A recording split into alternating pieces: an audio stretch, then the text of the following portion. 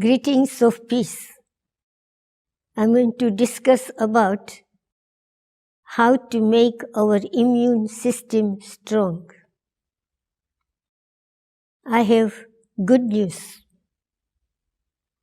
It is very easy to make our immune system strong because it is in my hands, not with my body. I'm going to show you a slide. This slide tells you what is the immune system and how it functions. It is very simple. All the thoughts and feelings I create, which are non-physical, they are picked up by my forebrain and transferred into physical energy. That's why we say psycho, non-physical, somatic, physical. After my brain has picked up this energy, then the message goes to my endocrine system in the body and my lymphatic system. These two systems, where the hormonal balance takes place and the defense with lymphatic takes place, are the immune system which defend our body. All the researchers all over the world unanimously agree that our thoughts, our feelings are the ones who can make our immune system strong or weak. The modern medicine is very well advanced and know how to take care of the illnesses and cure them, which are caused by our weak immune system. But no medical doctor knows how to cure my feelings, sentiments, and make my thoughts always happy and peaceful. So I want to take you to take a strong message that the immune system, whether it is strong or weak, it is in my own hands, in my own thoughts. After this, when there is a psychological stress or despair, the immune system is compromised. 75 to 80% of the patients who have major serious illness like cancer, heart diseases, stroke, other illnesses like blood pressure, diabetes, arthritis, ulcers, skin problems are all due to weak immune system. In order to make my immune system strong, I have to see what situations we go through which can weaken my immune system. For example, death in the family, divorce,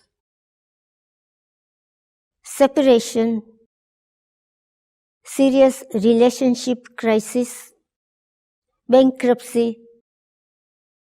All this situation compromise my immune system. In the study, 75 to 80%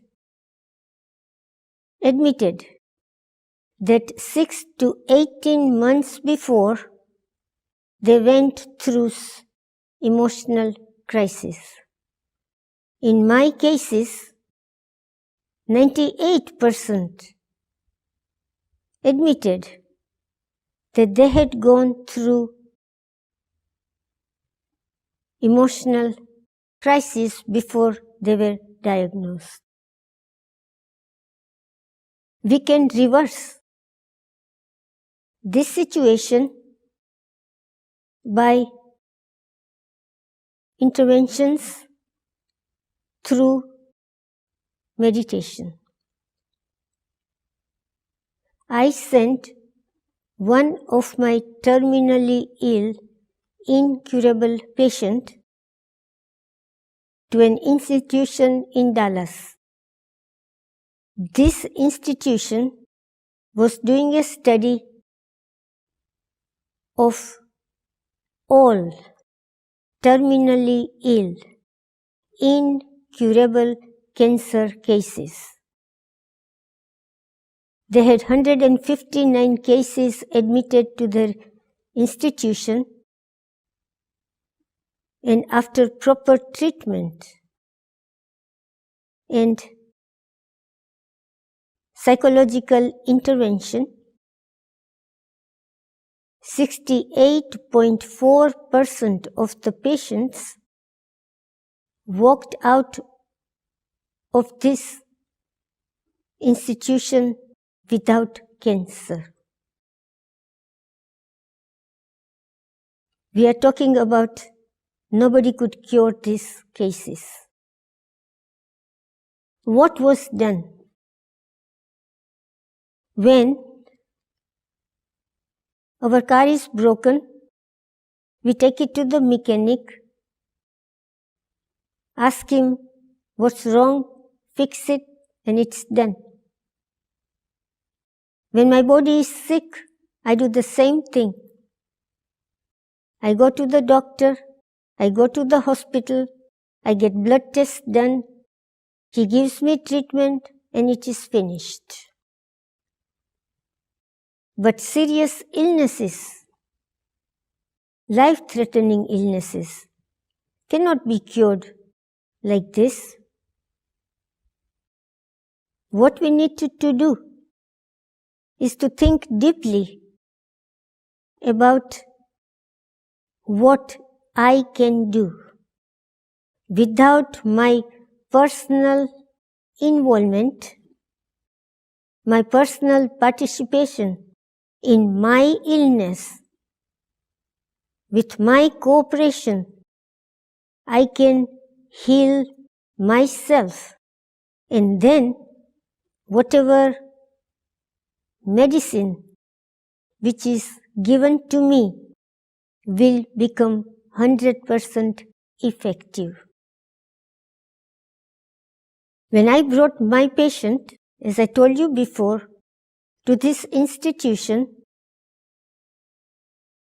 he had cancer diagnosis about 1 year before when I took him there.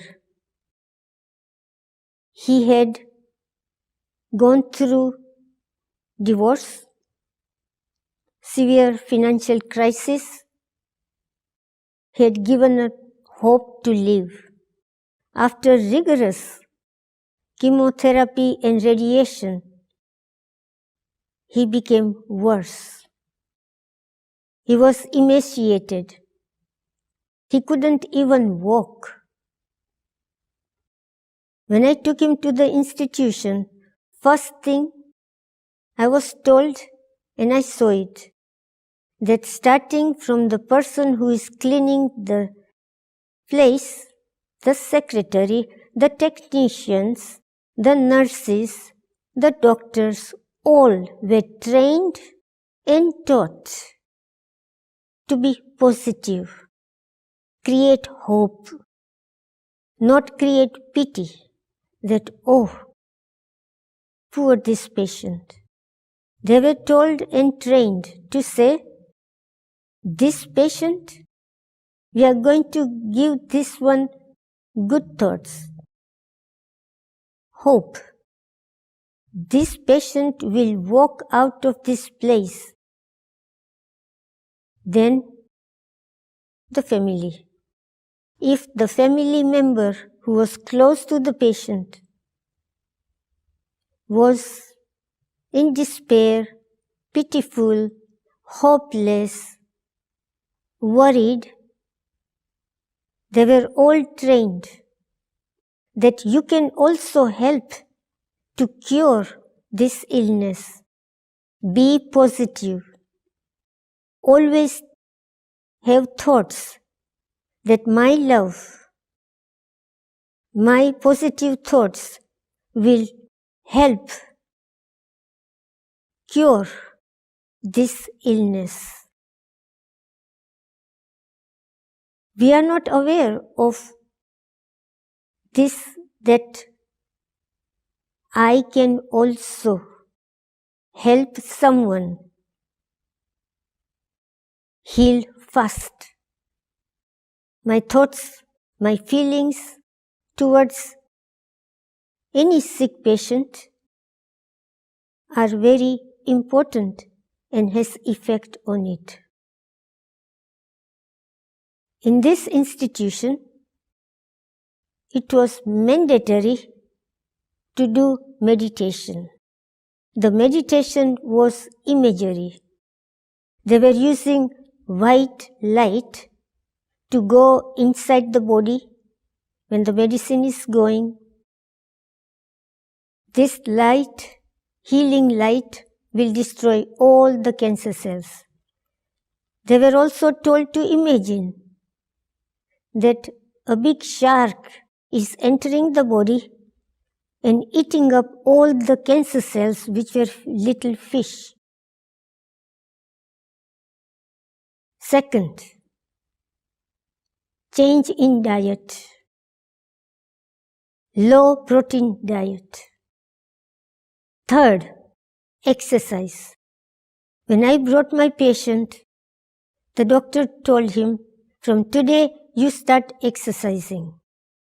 So the patient was looking at me. What exercise? So the doctor told him that he can start moving his toes and his fingers. Don't be in self-pity. Don't have the thoughts, oh, I'm weak and I'm dying. I don't know if I will make it or not.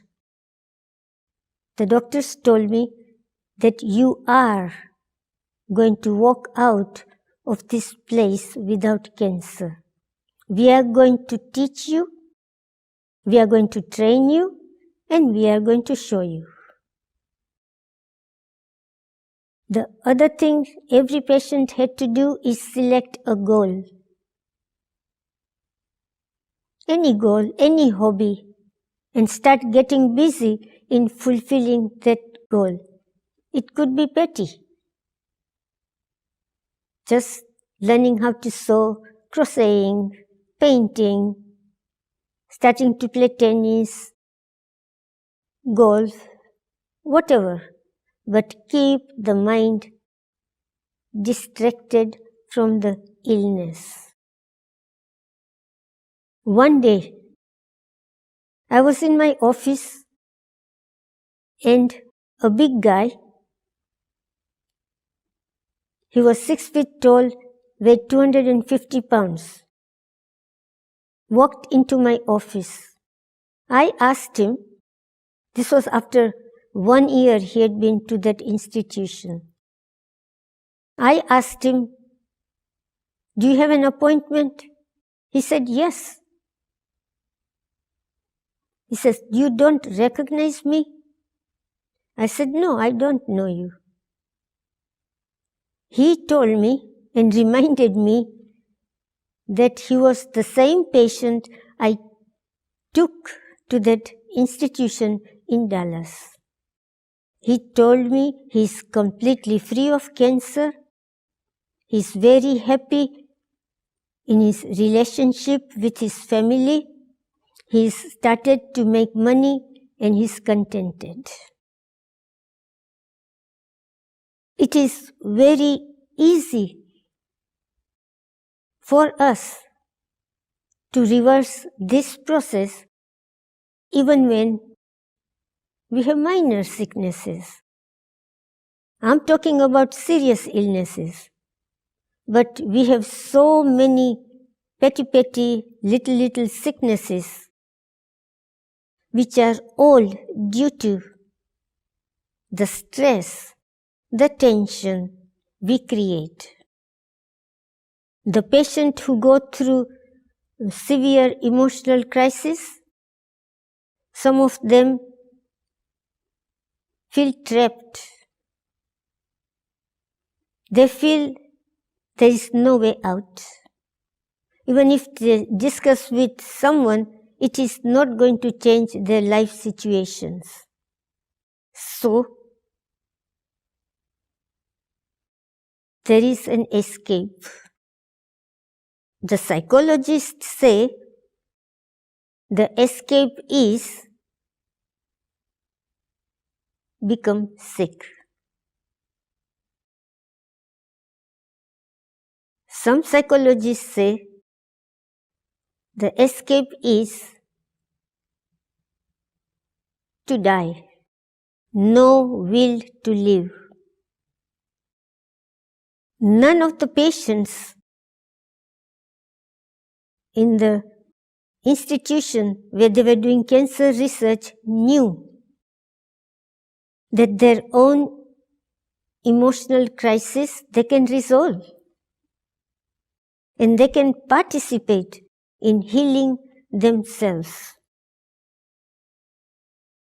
My patients, they had all admitted to me what crisis they went through. Some of them didn't want to. And this emotional crisis, if they are for 18 months, we learn and be very clever to get used to it and merge it in our unconscious. And so we ask them if everything is okay. They say it is okay because they feel embarrassed, they feel ashamed to speak about their personal life or their personal situation. But today, we know that not only my thoughts, my feelings affect my well-being and my health, but it is equally important that how I think about others, what thoughts I create, what feelings I create about others can also affect their health. As you learned from the out-of-body experiences, that if someone creates negative, bad thoughts about me or thoughts to harm me, those thoughts will reach me, whether I'm conscious or unconscious. And these thoughts from coming from outside will also have effect on my well-being. And we can help the medical doctors to cure our own illness. Tomorrow, I will discuss further about immune system and how you can help your friends your relatives who are going through health crisis to recover with your thoughts.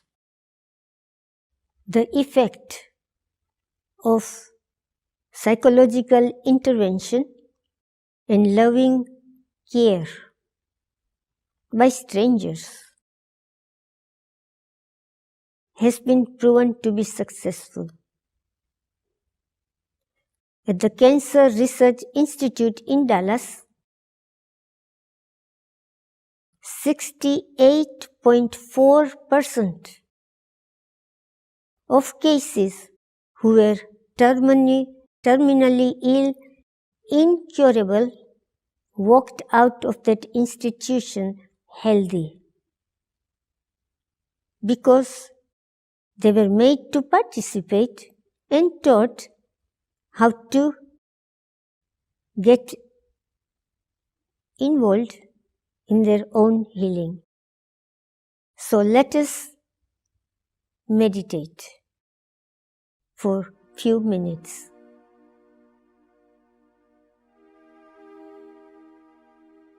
Relax. Keep your body still. Focus on the middle of your forehead where I sit. Focus on the tiny, invisible point of live being. I, the soul, the master of this body, the caretaker of this body. I love my body because in this life, my body is my home. My body, I have to take care of it. I see in front of me a bright, bright white light, the light of the Supreme, the light which heals, the light which heals through love,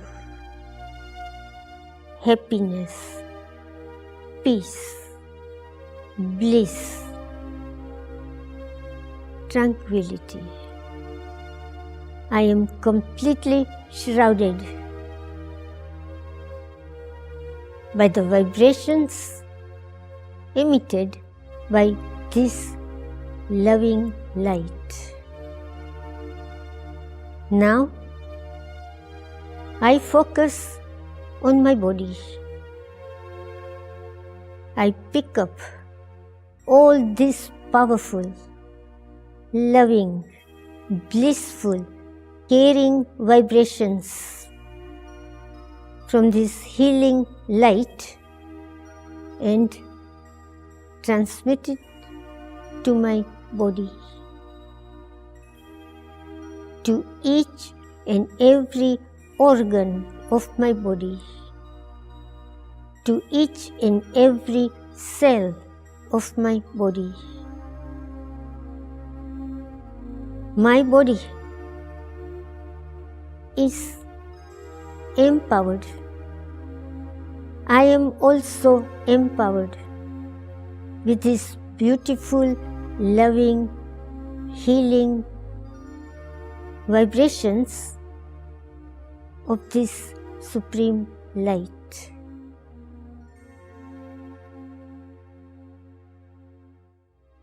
This ends this session. Tomorrow we'll discuss further about the immune system, and I will teach you how you can help someone to heal faster.